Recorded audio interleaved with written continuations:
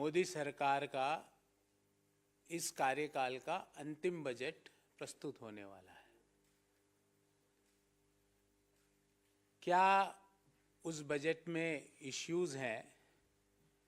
हम विस्तार से उनके बारे में समय समय पर अपनी बात करते आए हैं, पर आज जो इश्यू हम आपके सामने लेके आए हैं वो देश पर कर्ज की स्थिति, द डेट ऑन इंडिया। और ये कर्ज की स्थिति इतनी भयानक बन चुकी है, मैं जो आंकड़े आपके सामने रख रहा हूं, कि आपको जान के ताज्जुब होगा कि हम में से बैठा हुआ प्रत्येक व्यक्ति हमारे ऊपर 1,09,000 रुपये का कर्ज है, जो हमने नहीं लिया है। आपने नहीं लिया 1,09,000 का। हमारे बिहाफ पर भारत सरकार ने हमारे ऊपर 1,09,000 रुपये का कर्ज चढ़ाया हुआ है प्रति हिंदुस्तानी पर। पहले कितना था, कितना 9 साल में बढ़ा है, सारे का आंकड़ा लेके आया हूं। आपके और मेरे और कोई भी विवेकशील व्यक्ति के मन में ये जरूर आएगा कि भाई कर्ज लिया है तो आर्थिक विकास के कार्यों में लग रहा होगा, पर ये कर्ज आपके मेरे ऊपर 1,09,000 रुपये का कर्ज तो है, पर इस कर्ज का फायदा हमें नहीं मिल रहा, क्योंकि जो ग्रोथ मॉडल है देश का वो के शेप्ड रिकवरी मॉडल है। के अंग्रेजी में जो शब्द है ना, के मतलब हम जो ग्रो कर रहे थे नोटबंदी के बाद नीचे आए, गलत तरीके से जीएसटी लगाने से और नीचे आए, तालाबंदी के बाद फिर और नीचे आए, पर फिर जो बढ़े वो सिर्फ वो लोग बढ़े जिनकी डिटेल्स अभी 4-5 दिन पहले ऑक्सफैम की रिपोर्ट में आया कि हिंदुस्तान में ये ताज्जुब की बात है कि हमारे देश में 5% जो लोग हैं उनके पास 60% संपत्तियां हैं, और जो बॉटम 50% जो लोग हैं देश के 140 करोड़ में से मैं गणना करूं तो जो 70 करोड़ लोग जो नीचे वाले हैं उनके पास मात्र 3% देश की संपत्तियां हैं। तो 5% अगर मैं कैलकुलेट करूं तो 140 का मतलब 7 करोड़ लोगों के पास देश की 60% से ज्यादा संपत्तियां हैं।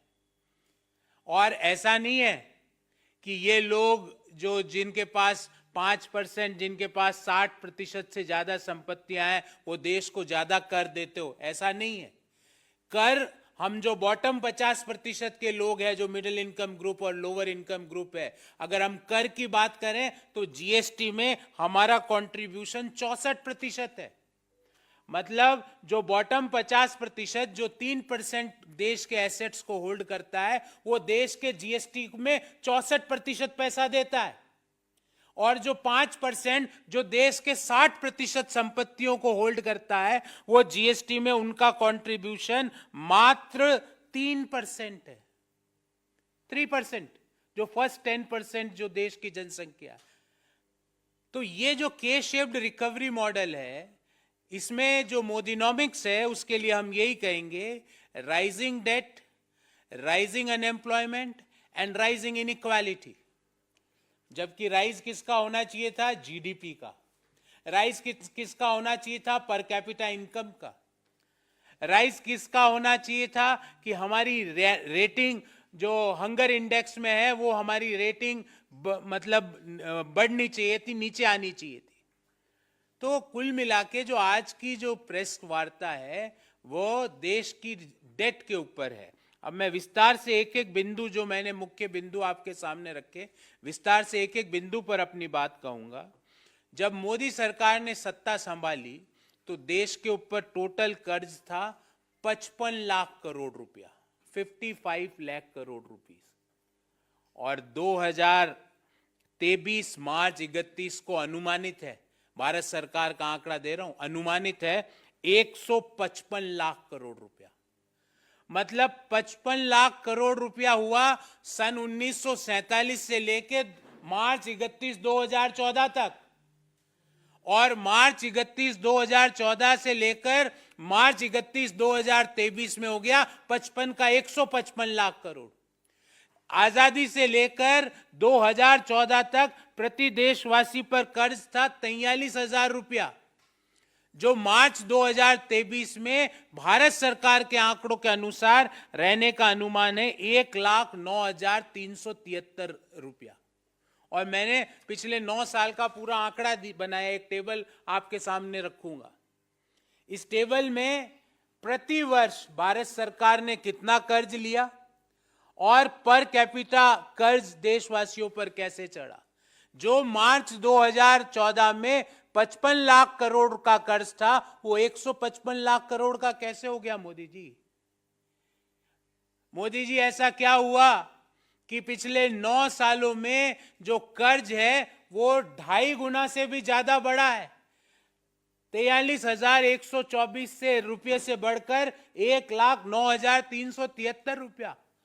पिछले 9 सालों में प्रति हिंदुस्तानी पर कर्ज बढ़ा है 66,249 रुपये। 66,249 is the increase per capita debt on every Indian in our country. ऐसा क्या हुआ कि 155 लाख करोड़ रुपया हो गया? जो टोटल कर्ज 31 मार्च 2014 को 55 लाख करोड़ था, वो 155 लाख करोड़ कैसे हो गया? और ये पैसा किसके उपयोग में आया, उसका ब्यौरा दे देता हूं। मैंने कई बार राइजिंग अनएम्प्लॉयमेंट की बात करी, मैंने कई बार इस पटल से राइजिंग पॉवर्टी की बात करी कि आज हिंदुस्तान में दुनिया में सबसे ज्यादा गरीब हमारे देश में निवास करते हैं। पर आज आपको राइजिंग इनइक्वालिटी की बात बताता हूं कि ये कर्ज हम ले रहे हैं, हमारे प्रत्येक देशवासी के ऊपर चढ़ रहा है। 1,09,373 रुपया हम में से प्रत्येक हिंदुस्तानी पर चढ़ गया, पर उस कर्ज का फायदा हमें नहीं मिल रहा। फायदा मिल रहा है चंद लोगों को जिनकी वेल्थ बढ़ रही है, बाकी सब लोगों की वेल्थ कम होती जा रही है। और ये मैं नहीं कह रहा, जो मैंने आपको 55 लाख करोड़ से 155 लाख करोड़ बताया, ये भारत सरकार का आंकड़ा है। जो मैं अब आपको ऑक्सफैम की रिपोर्ट के अनुसार पढ़ के सुनाता हूं कि देश के 5% अमीर लोगों के पास देश की 60% से ज्यादा संपत्ति है, और नीचे के 50% लोगों के पास देश की मात्र 3% संपत्ति है, 3% वेल्थ है। पर ये नीचे के 50% जिनके पास 3% वेल्थ है, वो जीएसटी देते हैं, देश की 64% वहीं से आ रही है।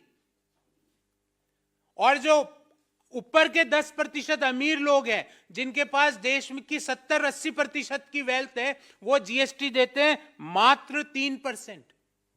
मतलब अगर 100 रुपये जीएसटी इकट्ठी होती है, तो जो नीचे के 50% लोग हैं, उनकी तरफ से 64 रुपये इकट्ठी होती है। और जो वेल्थी लोग हैं, जिनके पास देश की 60% से ज्यादा संपत्ति है, वो सिर्फ 3% जीडीपी देते हैं। तो कर्ज ले रहे हैं हम सब लोग, आप लोग, मैं, हम जैसे करोड़ों लोग। बेरोजगारी की बात ही नहीं कर रहा, उसका विश्व रिकॉर्ड तो रोज बढ़ता जा रहा है।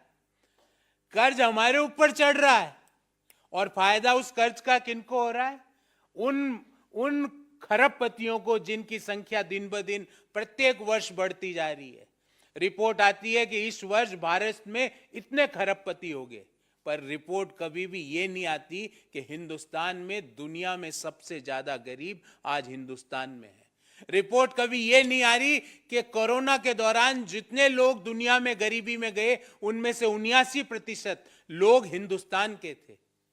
तो ये के शेप्ड जो मॉडल है, जिसने high debt, high unemployment, high inflation and high inequality, जबकि हाई क्या होना चाहिए था?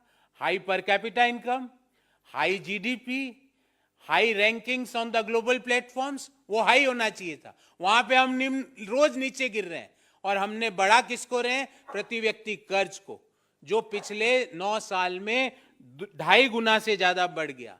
और अगर हम कुल कर्ज की बात देखें, तो कुल कर्ज देश के ऊपर 3.25 गुना ज्यादा बढ़ गया।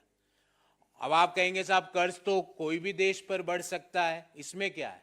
उसका भी अध्ययन करके आपके सामने लाया हूं कि अगर हमारा कंपैरिजन हम जैसे एमर्जिंग इकोनॉमीज से करें, हमारा जीडीपी के अनुपात में हमारा कर्ज है 83%, 83% debt as a percentage of GDP. और दुनिया की एमर्जिंग इकोनॉमीज, क्योंकि भारत एक एमर्जिंग इकोनॉमी है, जो आईएमएफ का आंकड़ा है उनका प्रतिशत एवरेज आता है 64.5%। तो मोदी जी, ये 20% ज्यादा कर्ज क्यों ले रहे हो आप जीडीपी के? जो दूसरे देशों को उसकी जरूरत क्यों नहीं पड़ रही जो आपको पड़ रही है? और इस कर्ज जो हर व्यक्ति के ऊपर जो आपने 1,09,373 रुपए का कर्ज चढ़ाया, उसका फायदा उन व्यक्तियों को क्यों नहीं मिल रहा है? उसका फायदा सिर्फ खरबपतियों को क्यों मिल रहा है? देश में इनइक्वलिटी को क्यों ये कर्ज बढ़ा रहा है? तो इस बाबत हमारे 3 सवाल है कि देश में जो प्रति व्यक्ति कर्ज 43,124 रुपये था 2014 में, वो 2023 में 1,09,373 रुपये, मतलब 9 साल में 2.53 टाइम्स क्यों बढ़ा? पहला सवाल। दूसरा कि आजादी से लेकर 2014 तक 55 लाख करोड़ कुल कर्ज, और 2014 से 2023 तक 155 लाख करोड़ कुल कर्ज, मतलब 2.25 गुना से ज्यादा की बढ़ोतरी क्यों हुई मोदी जी? नंबर 3 कि ये इस कर्ज का फायदा देशवासियों को क्यों नहीं मिल रहा है? क्यों हमारी देश का जो विकास का मॉडल है वो के शेप्ड है, वो वी शेप्ड? दुनिया के सारे देश कोरोना में नीचे आए पर सभी पूरी पॉपुलेशन ऊपर उठी, पर हमारे यहां हम नीचे तो सब आ गए पर ऊपर सिर्फ खरबपति उठ रहे हैं, हम लोग नहीं उठ पा रहे हैं। तो मोदी जी, ये के शेप्ड रिकवरी इकोनॉमिक मॉडल को कैसे बंद किया जाएगा? क्योंकि 50% पॉपुलेशन जो कि मात्र 3% वेल्थ को ओन करती है, पर जीएसटी देश का 64% वो देती है, ऐसा क्यों?